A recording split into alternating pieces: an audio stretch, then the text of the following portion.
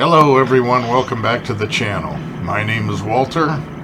I'm still banging them out. I'm hoping you guys will give me some likes or subscribe, but I'm closing in on double-digit views.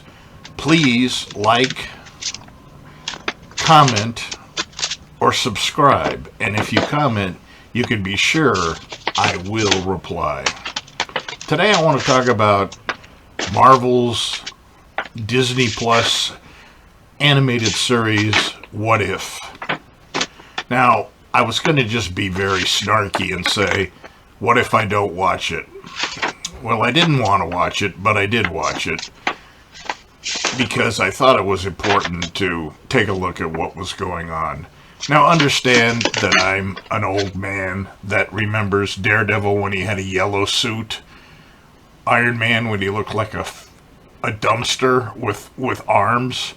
I've been a comic book guy for a long time, much to my mother's chagrin, bless her heart.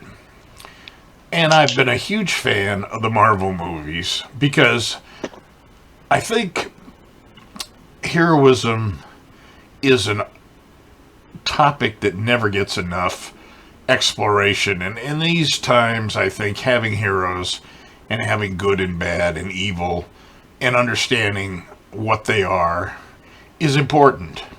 Now, a lot of that is being tied up in wokeness and political correctness and whether the hero is gay, straight, white, black, male, female, trans.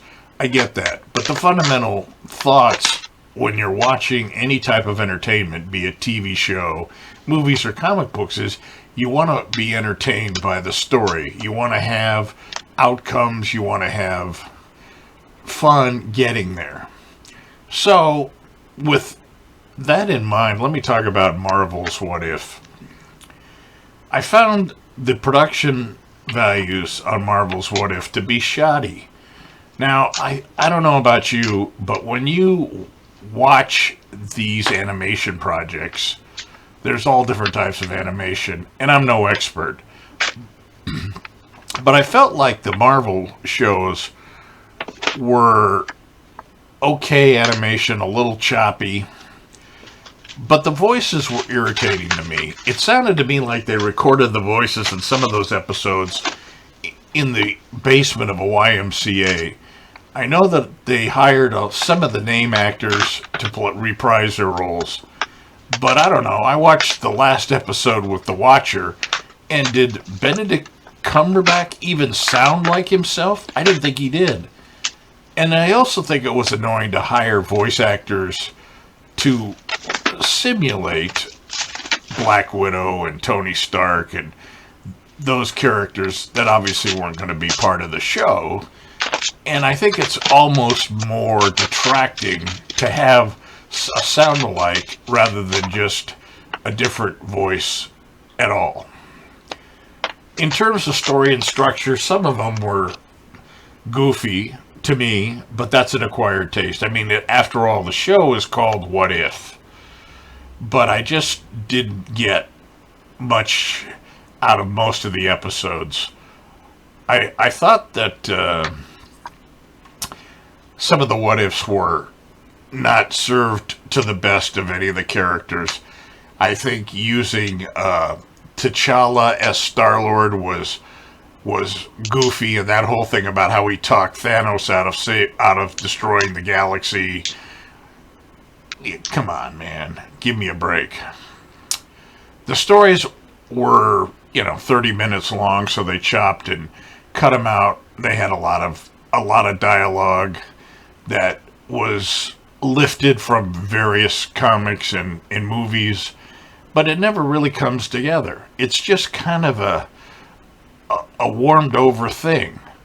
It's not even something that would be good for the kids. It's not targeted to any audience in my mind. I don't know who they were trying to put that out there for.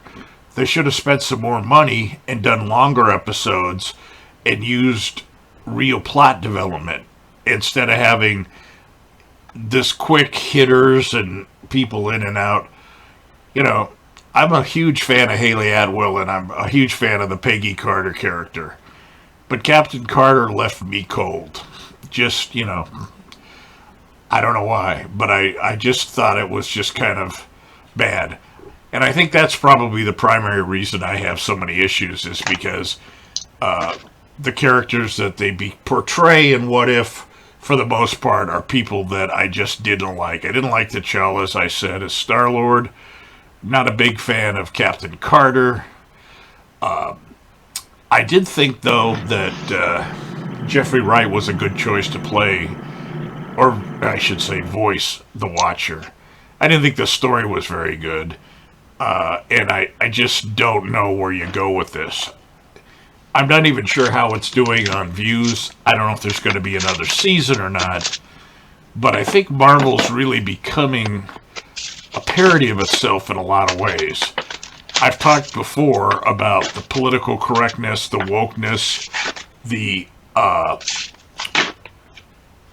idea that they're in creating empowerment and trying to get everybody into under the tent. And I think that is becoming more important to them than actual storytelling.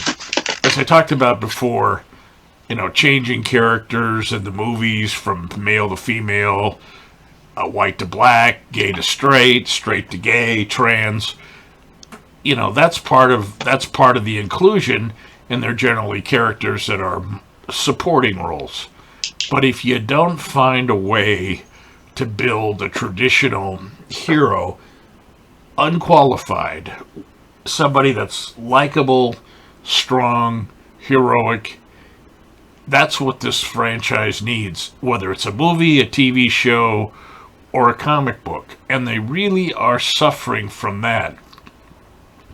Whether this is something that's a short-term problem or a long-term problem, I can't say. But I know that it's just going to be very difficult for me to be excited after watching Black Widow and Shang-Chi, both mediocre movies with good premises gone bad and good characters wasted. Although I thought the problem with Shang-Chi wasn't really the hero as much as his sister was. And finally, The Eternals is coming out, and as I said in my previous podcast, I guess not podcast, my previous video, this looks like a woke fest, checking all the boxes, all the minorities, all the stereotypes, all the sexuality, and it looks like it's a big mess to me.